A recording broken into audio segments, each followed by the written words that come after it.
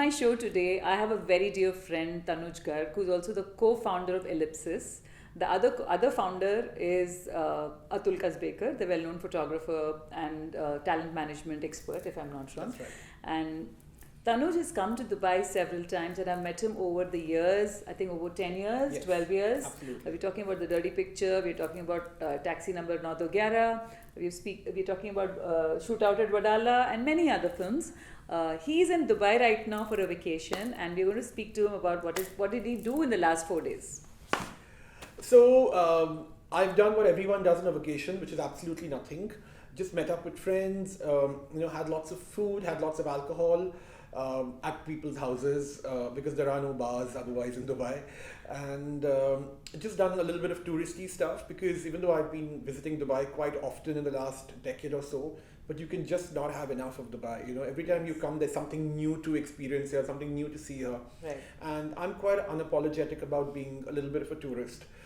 So I don't ride the high horse and say, I just want to stay in my hotel, or I just want to go to some fancy fine dining restaurants. I'm not that person, Right. So I've been doing a few of the touristy things, catching up with friends, and just generally taking a bit of a much needed break. Interesting, because I met him thrice in Dubai. Right. First we met, and then we met at a friend's, and then we met That's again. it, yes. So in his 5 days of Dubai trip, he's met me thrice. So. Yes. In fact, I've met Manju the most number of times on my trip.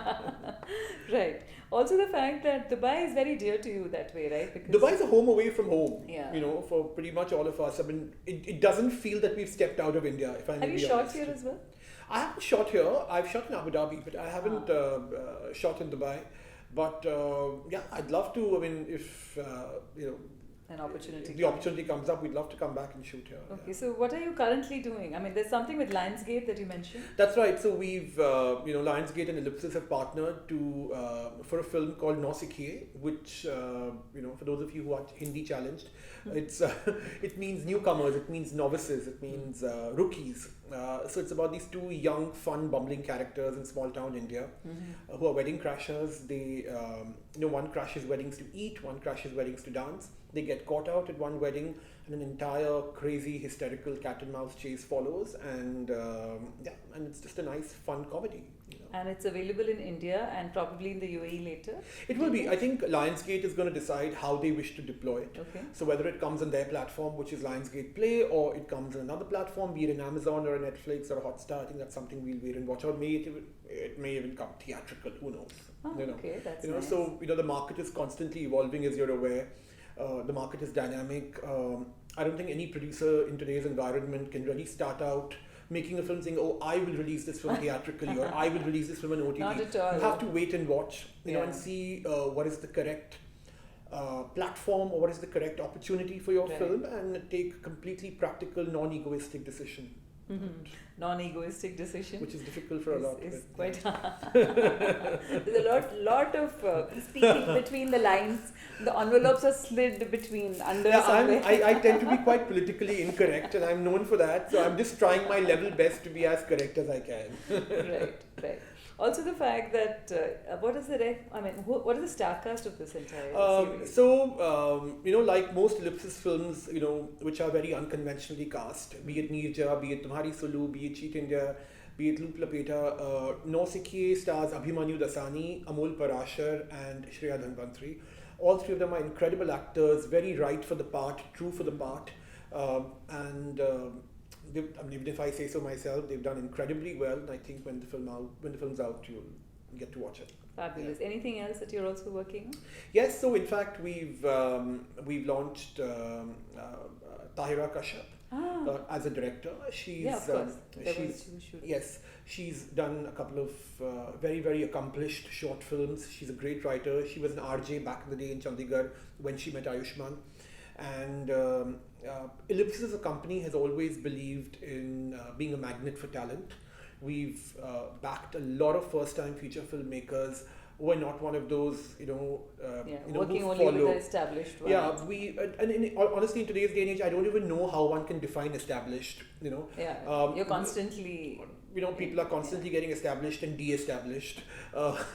We've consciously chosen to go against the tide and give opportunities to people who we think have a great sense of narrative.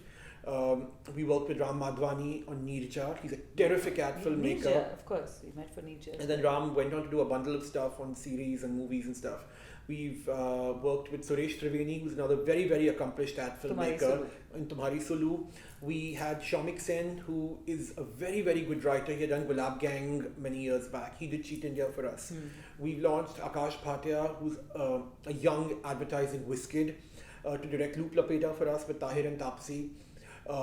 Tahira has done Sharma Ji Ki Beti for us, which is another very sweet slice of life film about three women, which is Divya Datta, Sakshi Tanwar and Saini Kher. Right. We've launched another advertising film director called Shirsha Guha Thakurta in a film called The Lovers, which stars Pratik Gandhi, Vidya Balan, Ilyana De Cruz, and Sendil Ramamurthy. Right. So that's going to be out. Well, hopefully towards the end of the year. So it will Oh, release. fabulous. That's happening. We've also launched another top-of-the-line ad filmmaker in India called Sonal Dabral, who is the former chairman of Ogilvy, in a film called Go Noni Go, which again will be out maybe towards the end of the year or early next year. That's a co-production with Twinkle Khanna's company, Mrs. Funny Bones Films, and it stars Manav Kaul, Atiya Shetty, Aisha Raza, and Dimple Kapadia.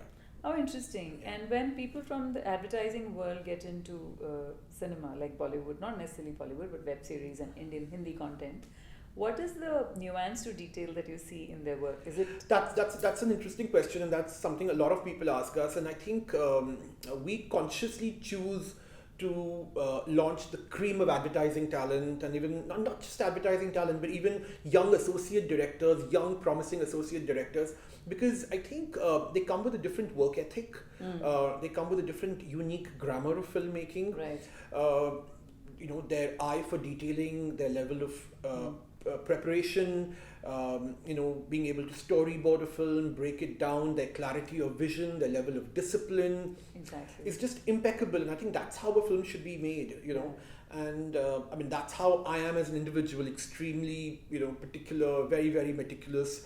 I'm sorry if I'm sounding a bit, but that's how I am, and I just like to work with like-minded individuals, Right. who Committed. who are to committed, their who are craft. serious about their craft, and I think Touchwood, that's shown in all the films we've done so far. We've established a great reputation for ourselves. Our films have been well reviewed, and I think that really comes with taking creative leaps of faith and launching the right kind of talent.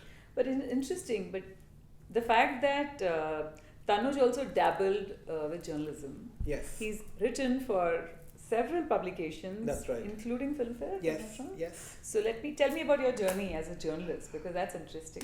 Well, I was, like most youngsters in Mumbai, not really doing much in a college in Mumbai, though I was in a very, very accomplished college.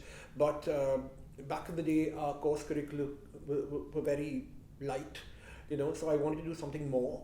So whilst I was also working for a chartered accountancy firm, I was always passionate about the media and the entertainment industry, and it so happened that I got the opportunity to work with an extremely veteran and renowned journalist called Mr. Behram Contractor. Those of you watching from Mumbai will know of Busy Bee. He was very, very popular, and he loved me. He treated me literally like his grandson. And he gave me the opportunity to write for the afternoon, and and my writing became popular. One thing led to another, a whole bunch So of did you publications. write about Bollywood then? I did, and that's how I started. Okay. And a lot of other publications started approaching me, to write for them. And suddenly, being a young collegian and being a youngster working in a chartered accountancy firm, I was also one But how did young you land writer. up in the chartered accountancy firm?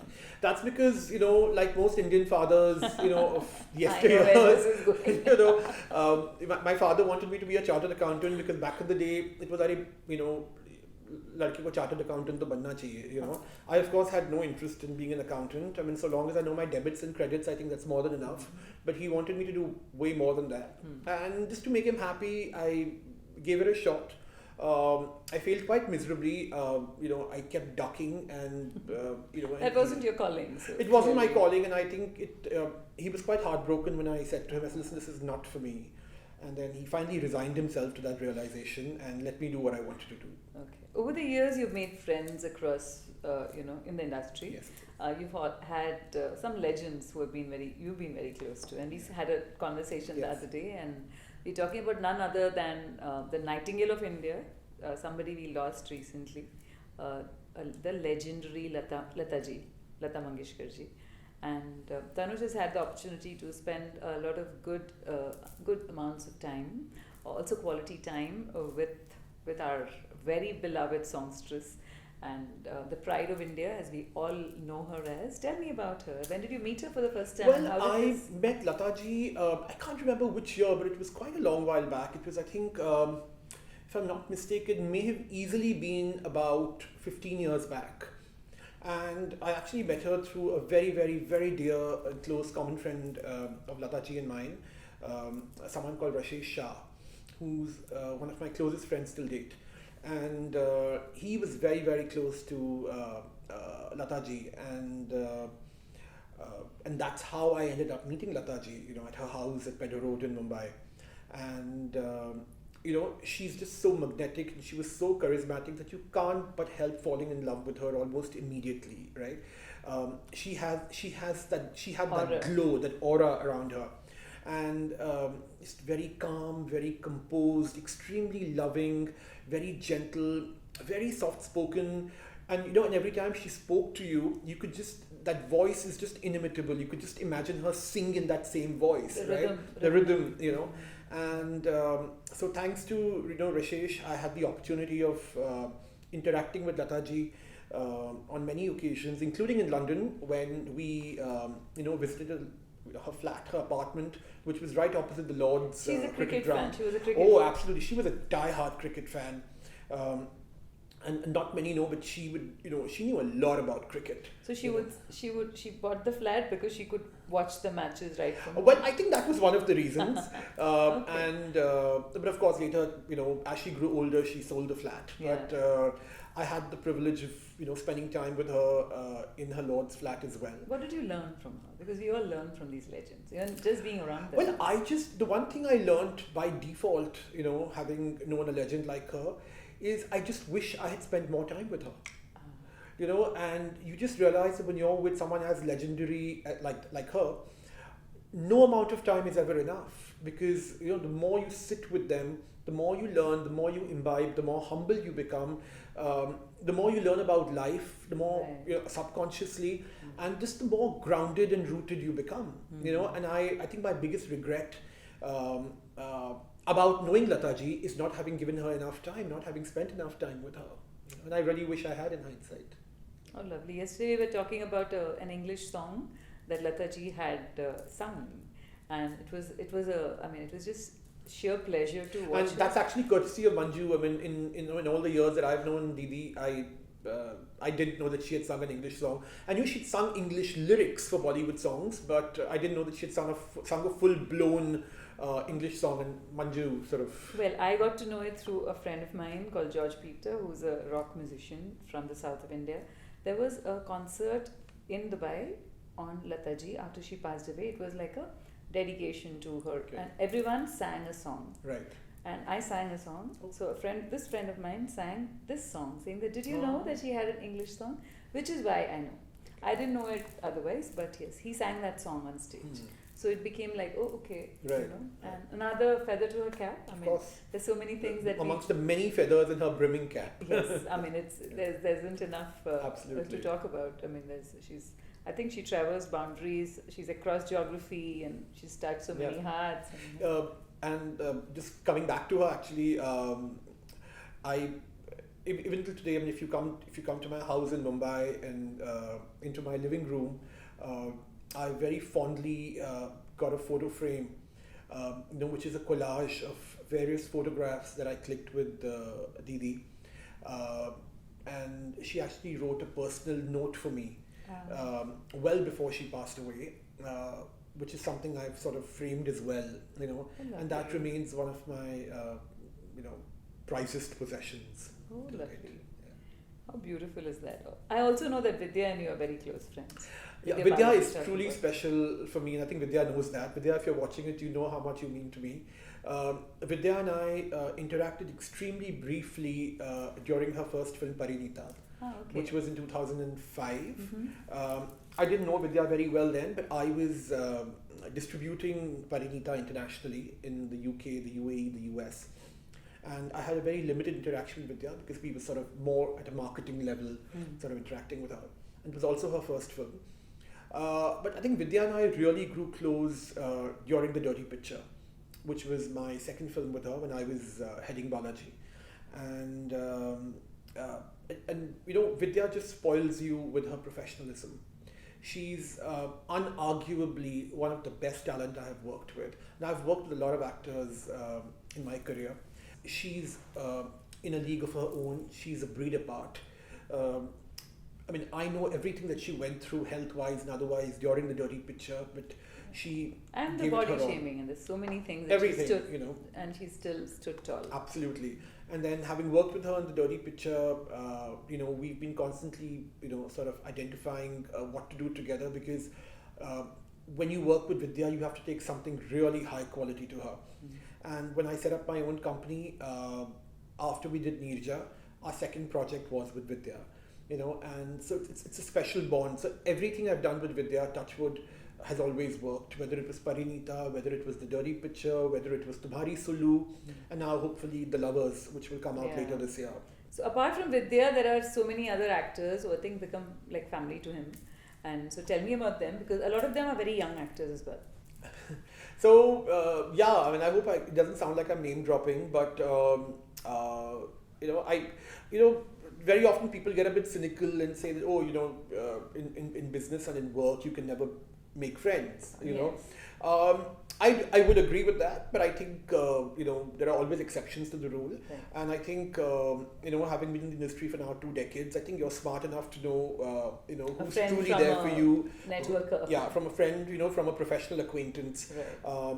And I'd like to believe that I've made, a few, not too many, but a few extremely long-lasting friendships that I'm incredibly proud of and which are very, very dear to me. I'm incredibly fond of Imran Hashmi. We may not speak every day, but when we're very, very well connected emotionally. I'm extremely fond of him. He's really one of a kind, a great guy. Very unlike a lot of others. Has a heart of gold and doesn't quite get into politics and sticks to his own, has his own friend circle. You'll very rarely see him at film parties, but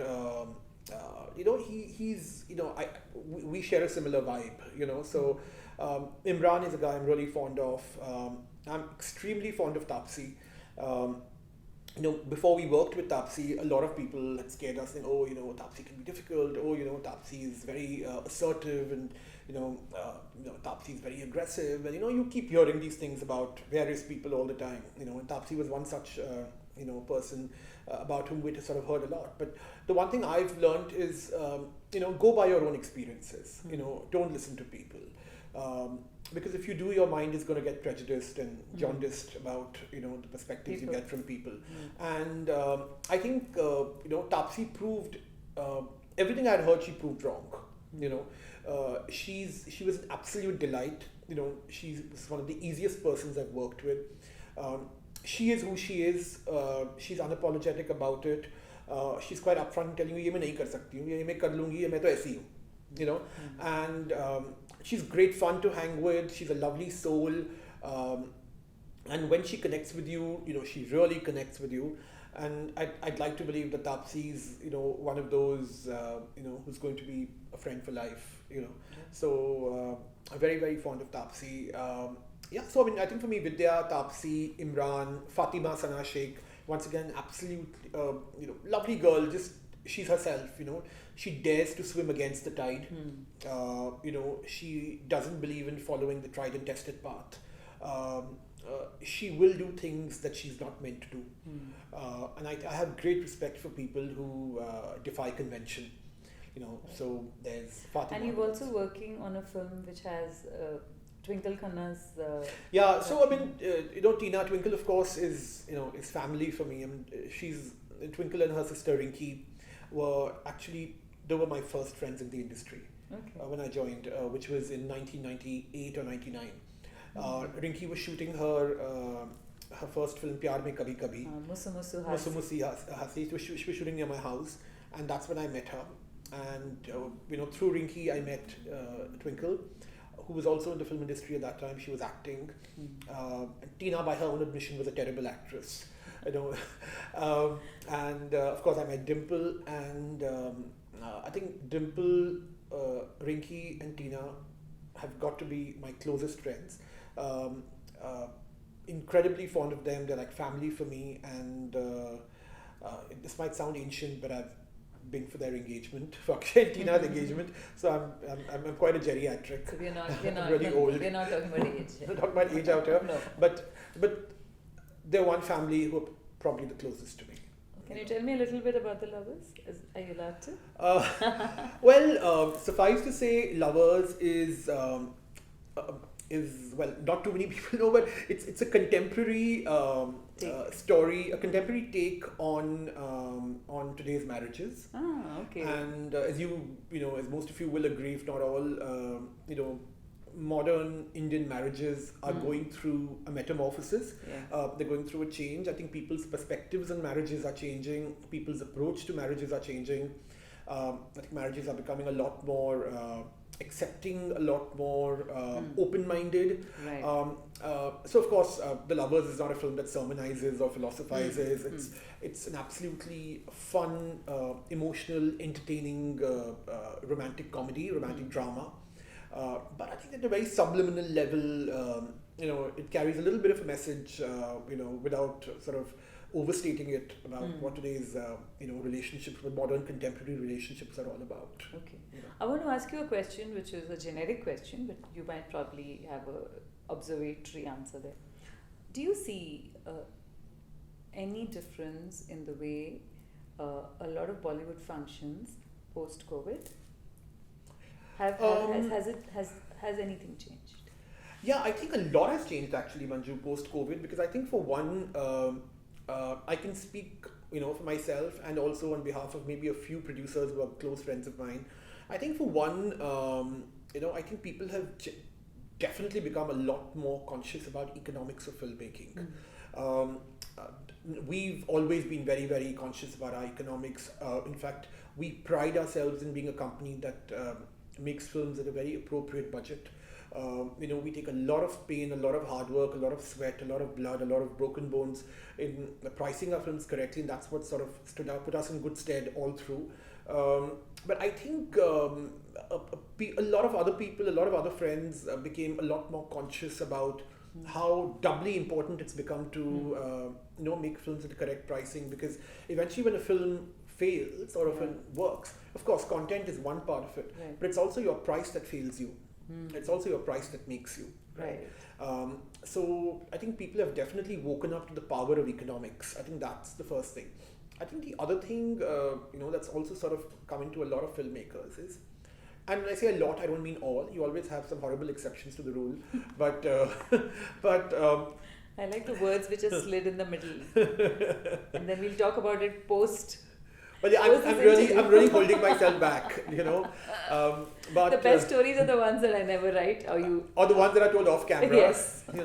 So I think the other thing that's really sort of dawned on a lot of the younger, the more evolved, and the more progressive producers and directors is, you can't take the audience for granted anymore. Yeah. You can't take the audience for a ride anymore. Yeah. So gone are those good old days, where you could treat a film like a jigsaw puzzle, right? Where you just sort of just together. fit the pieces and say, chalo abhi ye to chali jayegi, ye to nikal jayegi. It doesn't work like that anymore. As audiences, we are also exposed to world content today. Absolutely. And you will not take nonsense anymore. Absolutely.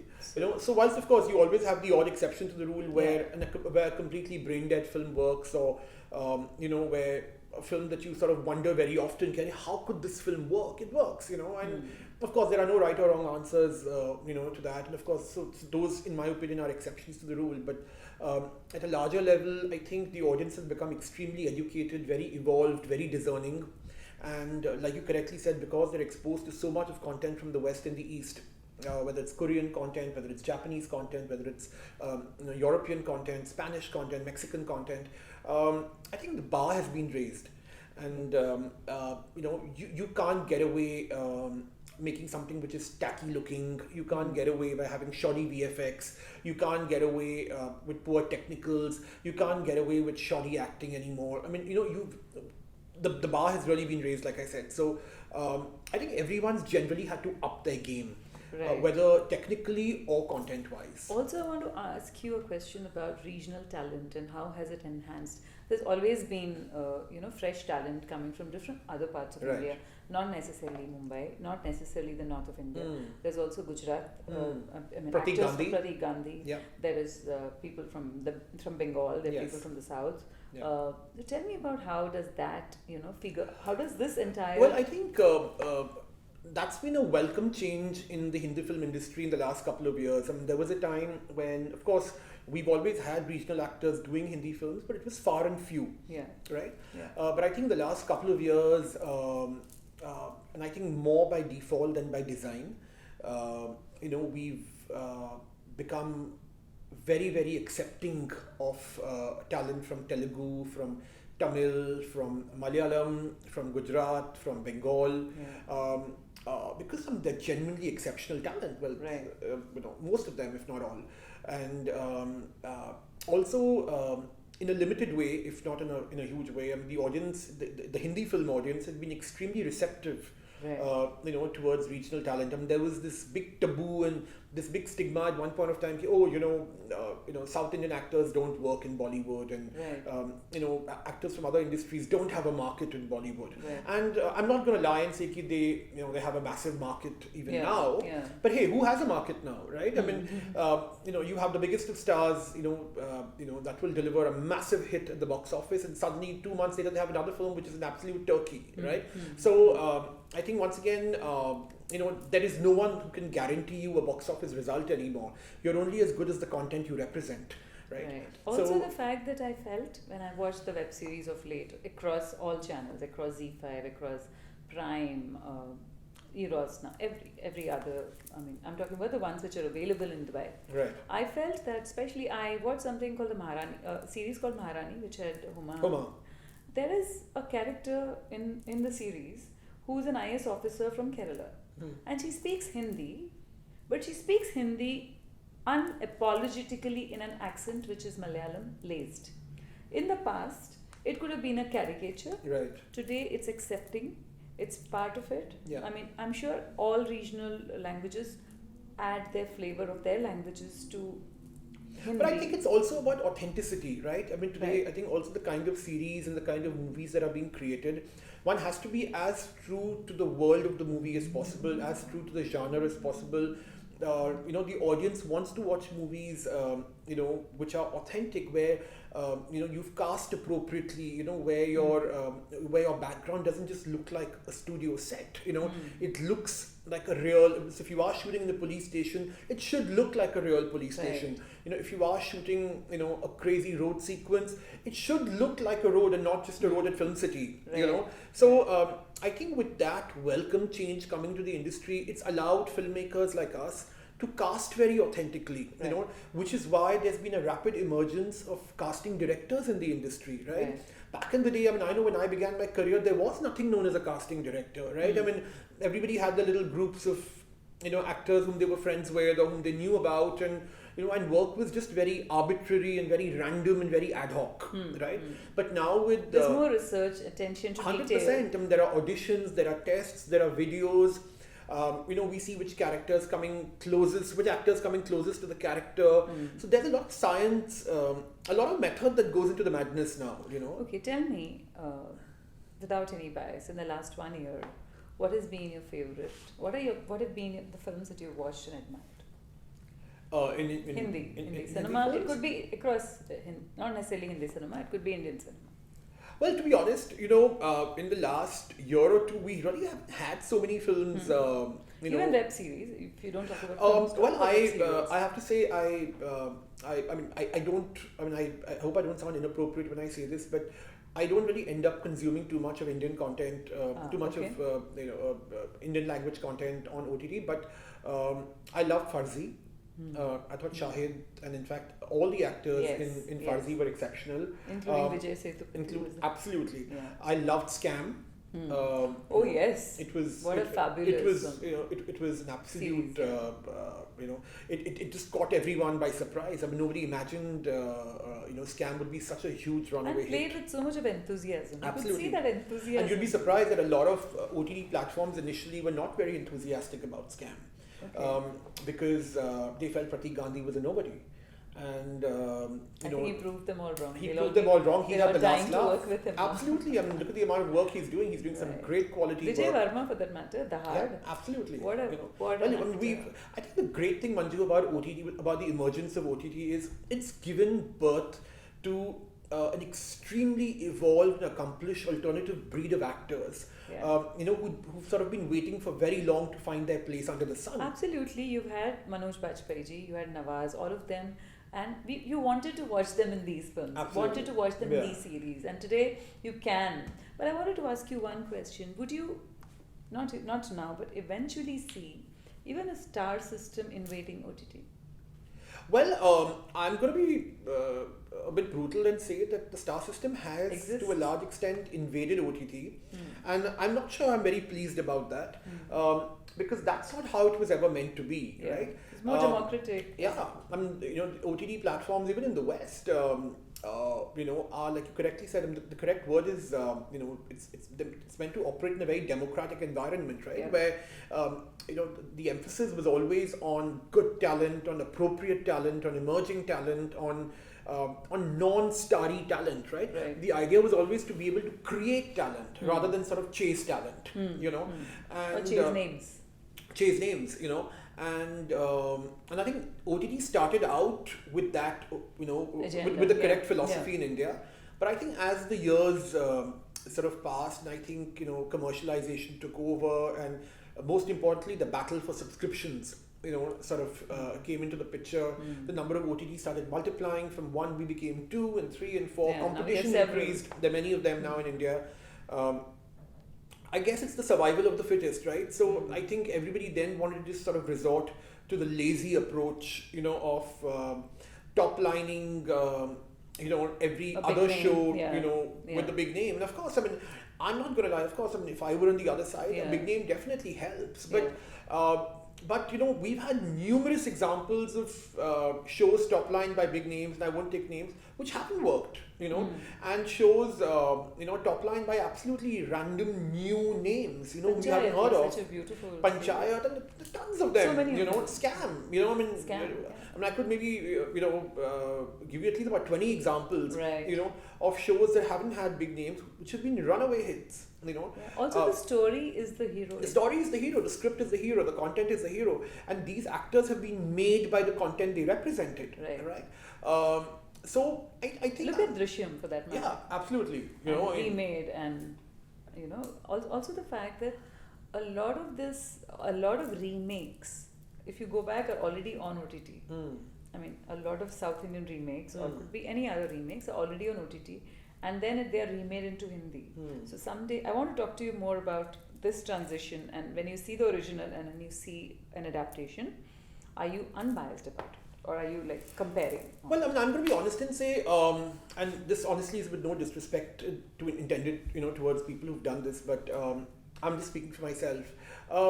I'm not a big fan. I mean, as a producer, I would never want to make a remake. I'm happy to make an adaptation, but not a remake. Right. I think there's no joy, there's no skill, there's no talent, there's no brownie points. Just picking up just content, which taking is a scene for scene remake and doing it Right. here. I mean, like I said, those who would like to do it, I mean, that's their Yeah. prerogative. Like even when we bought the remake stroke adaptation rights of Run Lola Run, which was an iconic Right. cult German film, we were very clear internally that we're not doing a scene for scene remake. It took us the better part of 2 years to adapt it, to suit an Indian context, to suit an Indian milieu. Right. For example, so you have to consciously, I think Yes. the joy and the skill, and the real, the real litmus test, sort of lies in being able to do a smart, Yes. cool, comprehensible adaptation. I was speaking to Parambrato Chatterjee, and he spoke about Faluda being made. I mean, Shabash Faluda on Z5 was just released, and how Faluda is today's Faluda.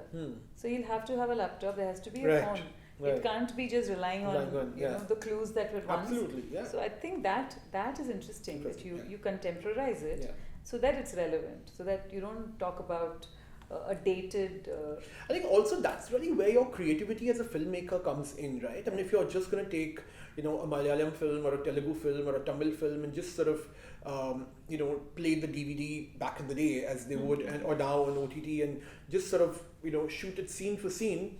You might as well dub it. Yeah, I mean, and what is the joy? I mean, where is the joy in doing that? You know, I mean, at least it doesn't give me the feeling of having created a new baby. I'm always going to think it's a borrowed baby, right? And that's not going to make me happy, right? So, whilst of course the downside of that, the dangerous part about an adaptation is you're actually dicking around with a classic. Yeah. Right? And it'll always be compared. And it's always going to be compared, and people are always going to turn around and say, oh, you know, but the original was better. And that's always a danger. But, you know, you have to learn to live with that danger, right? That's the joy of filmmaking. Yeah, you know, right. And it can't be only for certain like people. We did Loop Lapeta, and I have to say that we got a terrific response for Loop Lapeta because a lot of people felt, the Gen Zs, the millennials who watched the film, they felt the film was, you know, genuinely quite ahead of its time from a Bollywood perspective. You know, of course, even the original was way ahead of its time when it came out. You know, people loved the technicalities in the film. They loved the use of camera work. You know, we presented Taapsee in a way that you've not seen her before.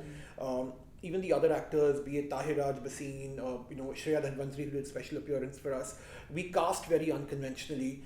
You know, the color palette used in the film was, you know, was all very carefully thought through. So it wasn't just random colors. I mean, the production design, you know, was synchronized with the costumes, was, you know, even synchronized with certain locations and the paint on their walls, you know. So it was all very carefully put together, you know, and I think that's really the joy of, you know, of filmmaking. Great. So what is a story that really moves you? That will be the last question.